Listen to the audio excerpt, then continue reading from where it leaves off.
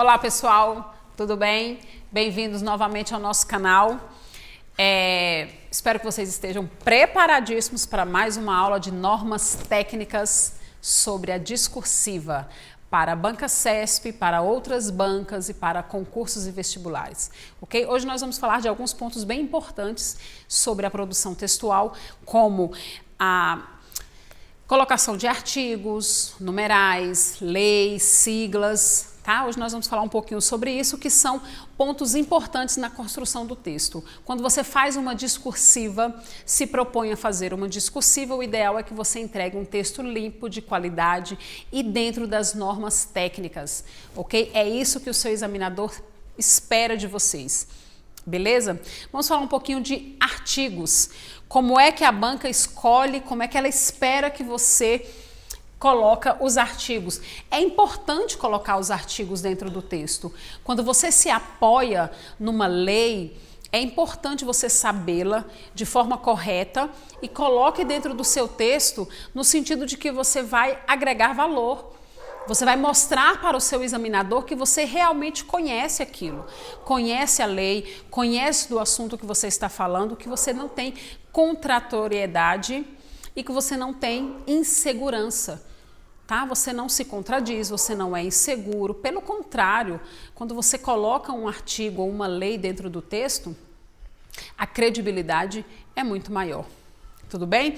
Falar um pouquinho dos artigos, porque são normas técnicas que cabem dentro da construção textual e quando eu vou colocar um artigo, quando eu vou citar um artigo no meu texto, é importante que o artigo venha abreviado.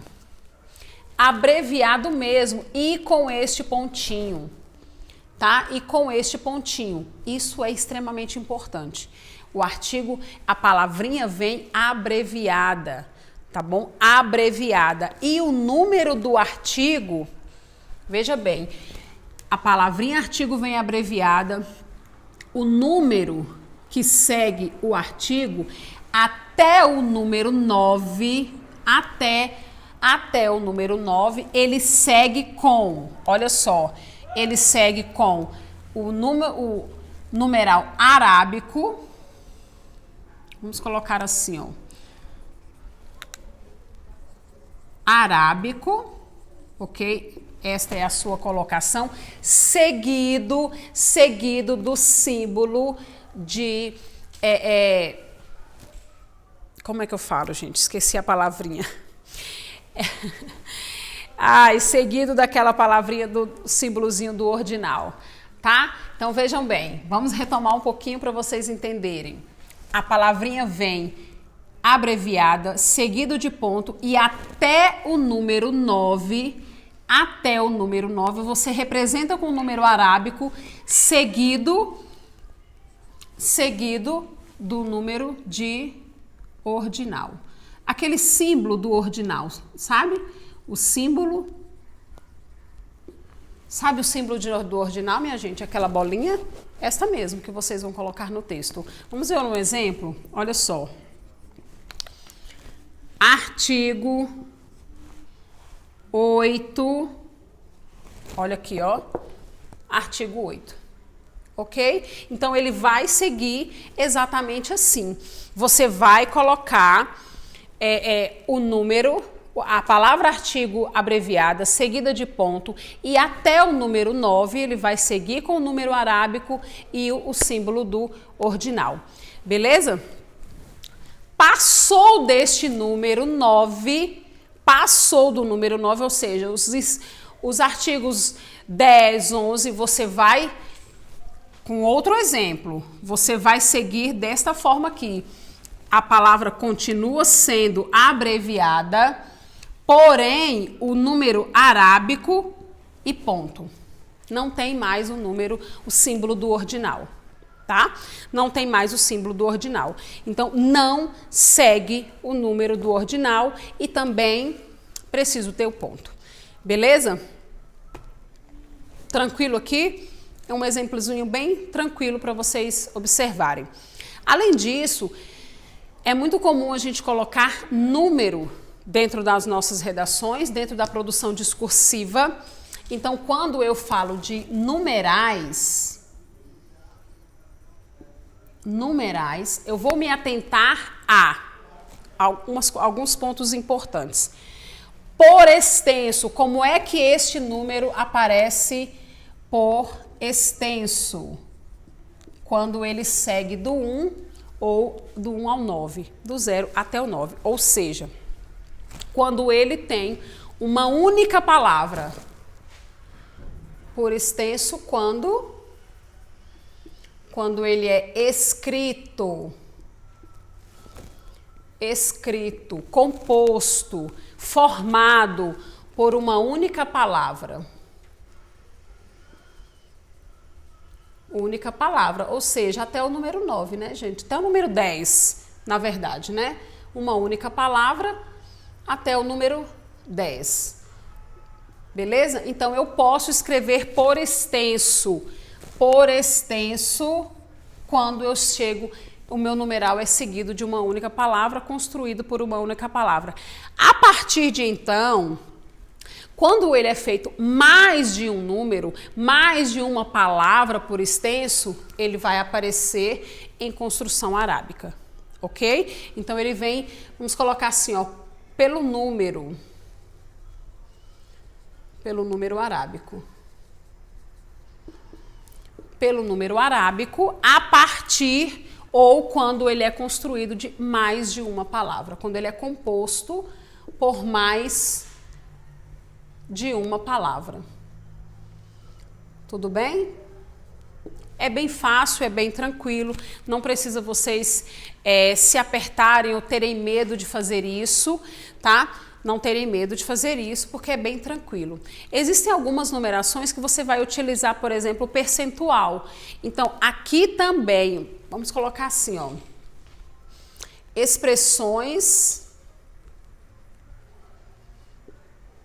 percentuais. Expressões percentuais, você segue a mesma regra dos números. A mesma regra. Quando a expressão percentual é constituída por uma única palavra, vamos ver o que vai acontecer. Por uma única palavra, aparece por extenso. Então, a palavrinha porcento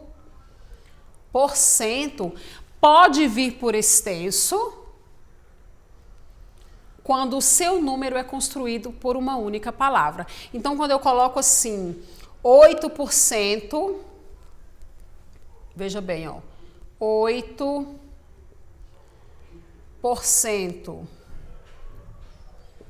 Eu vou construir por extenso. A partir de duas ou mais palavras, o que vai acontecer? Quando a sua expressão percentual é construída por mais de uma palavra, por exemplo, 14, 29, 349, estas expressões, esses números construídos com mais de uma palavra, 14 é uma palavra só, né, gente? Vamos lá. Por mais de uma palavra, vocês vão usar o número,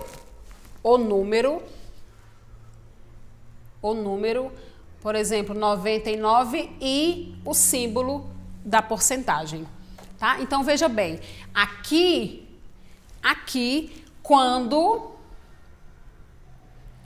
o número é construído por mais de uma palavra. Por mais de uma palavra. Isso aqui é importante pensar, meninos, porque em muitas redações a gente encontra o contrário, tá? O contrário. Ou, às vezes, o candidato ou o aluno tem medo de usar determinado grau de percentualidade porque tem dúvidas em como colocar na redação, como é que se expressa na redação, como é que ele expõe isso para o examinador. Então, é importante se atentar a estas regrinhas. Quando o meu número de porcentagem é construído por uma única palavra, eu vou escrever por extenso. A palavrinha vem por extenso, o número vem por extenso. Quando ele é construído por mais de uma palavra, ele vem em forma arábica com o símbolo da porcentagem, do percentual. Beleza? Também é tranquilo, nada que você possa ficar com medo ou precise ficar com medo. Repito para vocês, o ideal é que eu faça o que é correto, para não depender de um examinador bonzinho ou um examinador mauzinho, ok? Então, o ideal é que vocês façam o que é correto e isto é o que fala dentro do manual das produções acadêmicas, dentro dos manuais de redação. Isto é o correto, beleza? Vamos falar um pouquinho de siglas. Esta também provoca algumas inseguranças nos candidatos, não é? Quando a gente vai falar de sigla, é muito importante pensar em algumas coisas. Primeiro, como é que essa sigla é visualizada? Ela tem um constituinte comum entre as pessoas? Ela é conhecida, ela é desconhecida? Ou ela já não é mais generalizada de acordo com o órgão? Como é que ela é vista? Então, eu preciso olhar isso. Mas eu sempre vou partir do pressuposto de que, primeiro, antes, o nome completo da sigla, depois a sua sigla. Então, se eu vou falar, por exemplo, da ONU, todo mundo sabe quem é a ONU. Não preciso especificar para ninguém quem é a ONU. Mas eu preciso especificar para o meu examinador que eu entendo das regras redacionais, que eu entendo das regras construtivas do texto. Então, eu preciso primeiro do nome completo e depois a sigla. Então, como é que eu vou fazer? Quando eu vou construir um termo, por exemplo, de acordo com estudos da Organização das Nações Unidas,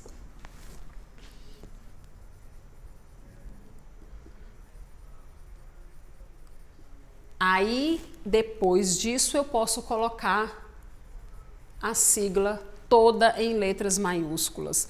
Esta sigla pode vir entre travessões, entre parênteses, ok? Ou entre vírgulas, não tem problema. Mas eu preciso, na primeira referência, colocar isso aqui, tá?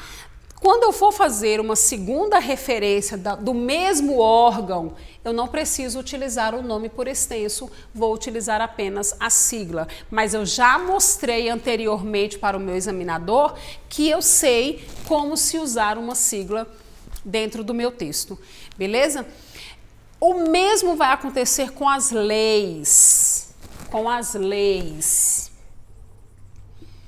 Quando a gente fala em siglas, meninos, é muito importante vocês pensarem que existem algumas siglas, por exemplo, que elas não têm mais referência ao órgão. Vamos falar das leis depois, eu vou falar um pouquinho dessas siglas aqui. Não tem referências ao órgão, como, por exemplo, o BRB. BRB. Antigamente era Banco Regional de Brasília, hoje não é mais, é só Banco de Brasília. Entenderam? Então é só Banco de Brasília. Então eu preciso mostrar para o meu examinador. Eu sigo a mesma regrinha.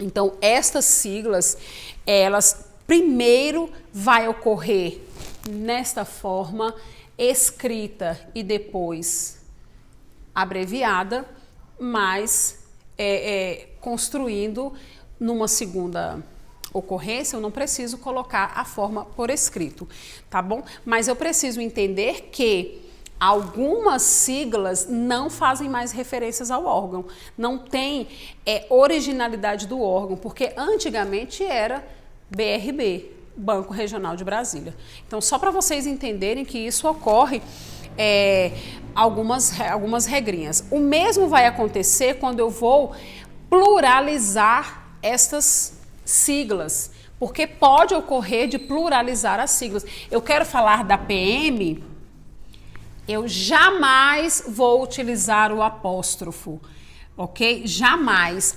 Esta ocorrência, ela não existe. Não existe a ocorrência do apóstrofo. Eu vou mostrar para vocês por quê. O apóstrofo é uma ocorrência americana. Você não está escrevendo para o americano, você não está no Estado americano para utilizar o apóstrofo. Então, nada de usar apóstrofo quando vocês pluralizarem as siglas. Isto vale para qualquer tipologia textual. Qualquer tipologia textual. Tá? Jamais fazer isso. Então, não posso pluralizar usando apóstrofo. Tá? Outra coisa que eu preciso entender das siglas, eu vou dar um exemplo bem interessante. Algumas siglas, elas têm as letras maiúsculas e no meio algumas letras minúsculas. Eu não posso esquecer disso, não posso modificar isso. Por exemplo, UNB. Eu posso escrever assim? Não posso. A sílaba correta é UNB. Por que isso? Me fale por quê. Porque este N aqui é abreviação. Abreviação de universidade. Ok? Eu não posso. O mesmo acontece com CNPq. Olha aqui. CNPq. Esse Q é de pesquisa. Ok? Ele uniu-se às siglas da abreviação das siglas, mas ele não pertence totalmente a ela, ele é uma abreviação, o mesmo acontece com o UNB. Então, eu jamais vou escrever o UNB dessa forma ou CNPq desta forma, ok? Está errado, não caiam nisso. Mostre para o seu examinador que você conhece e você tem estrutura estilística de texto. Beleza? Você conhece o que é certo, o que é correto. Beleza? Vamos falar um pouquinho das leis, das PECs, esta referência que tão faz bem à nossa produção textual, enriquece o nosso texto, agrega valor ao nosso texto. O que acontece? Elas precisam ser grafadas mostrando se a lei é de âmbito federal ou se ela é de âmbito estadual. Então, você precisa, suponhamos, eu vou falar sobre a Lei Maria da Penha, por exemplo. A Lei Maria da Penha é de âmbito o quê? Federal.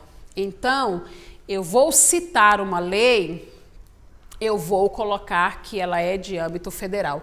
Então, vamos fazer, suponhamos que podemos dizer assim, segundo a lei federal Maria da Penha, eu vou dizer isso? Não. Eu não vou dizer isso. Eu não vou dizer isso, não. Eu vou colocar em letras maiúsculas. Ó, Lei Federal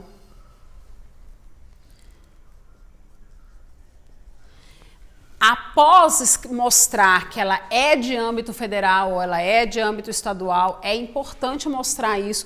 Você vai colocar primeiro o número da lei, a ocorrência correta da lei, ok? De fato, qual é o número da lei Maria da Penha? É 11.340. Se você não colocar a lei federal 11.340/2002, falho a memória, 2006.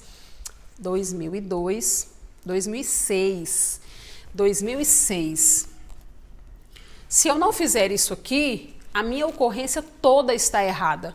Então, na primeira ocorrência da lei, eu preciso mostrar para o examinador que o número dessa lei, como essa lei foi constituída, de que âmbito ela é, e em seguida, entre parênteses ou entre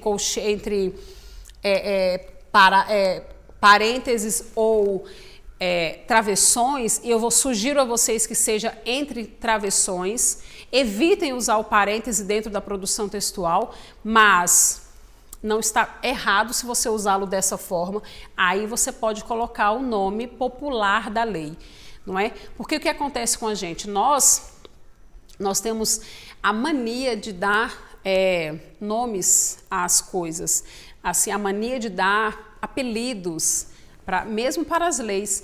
Isso causados também pela fala popular, como também pela imprensa. Então, nós agrupamos esse valor desse jeito. Então, depois que você colocar o número da lei, aí sim você vai colocar o nome popular, não é? Maria da Penha.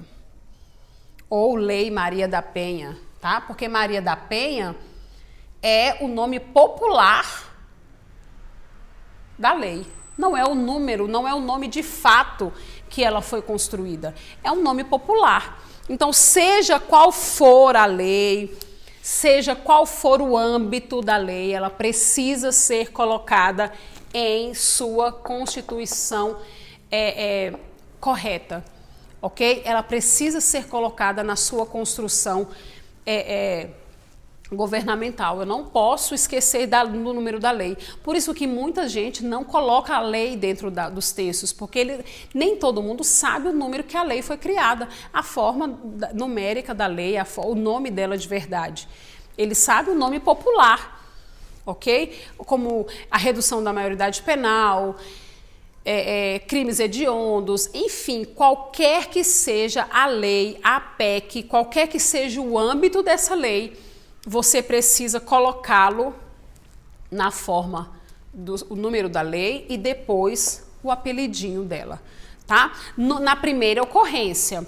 Na segunda ocorrência, você já pode usar somente o apelido, se você quiser. Não tem problema. Você não precisa ficar repetindo o número dessa lei, mas você pode usar o apelido dela sem problema nenhum na segunda ocorrência, porque você já mostrou ao examinador que você já sabe, que você tem consciência do que você está fazendo, você tem certeza, segurança do que está fazendo. Então, sempre colocar nesta colocação, nesta formação. Beleza? Isso são aspectos estilísticos, aspectos importantes, aspectos que a gente precisa dar atenção ao texto discursivo, porque nem sempre o seu examinador vai entender que você esqueceu de colocar o número da lei, esqueceu de colocar a sigla, usou o apóstrofo sem perceber, nada disso. Ele vai ser correto, corretíssimo. Então, o ideal é que vocês estejam preparadíssimos, entendidos do que você vai fazer, daquilo que rege a sua construção textual dentro do seu objetivo, porque fazer citações de leis, PECs, percentuais, é normal em todos os âmbitos discursivos, seja no Enem, seja para o PAS, seja nos concursos, seja para a banca CESP, seja para outras bancas. O ideal é que você entenda o que é correto e faça no seu texto a forma correta para não ficar dependendo do seu examinador bonzinho ou examinador malzinho, tá? Não sejam ingênuos a esse ponto, meus caros. O ideal é que vocês façam o que é correto e para isso nós estamos aqui para te ajudar. Tudo bem? Eu vou ficando por aqui. Essa foi mais uma aula curta sobre alguns aspectos importantes do texto discursivo, da sua redação discursiva. Dá um joinha para nós se vocês gostaram e continue nos seguindo nas nossas redes sociais, que a gente vai estar fazendo o melhor para apoiá-los e ajudá-los a construir o melhor texto possível, tá bom? Até a próxima.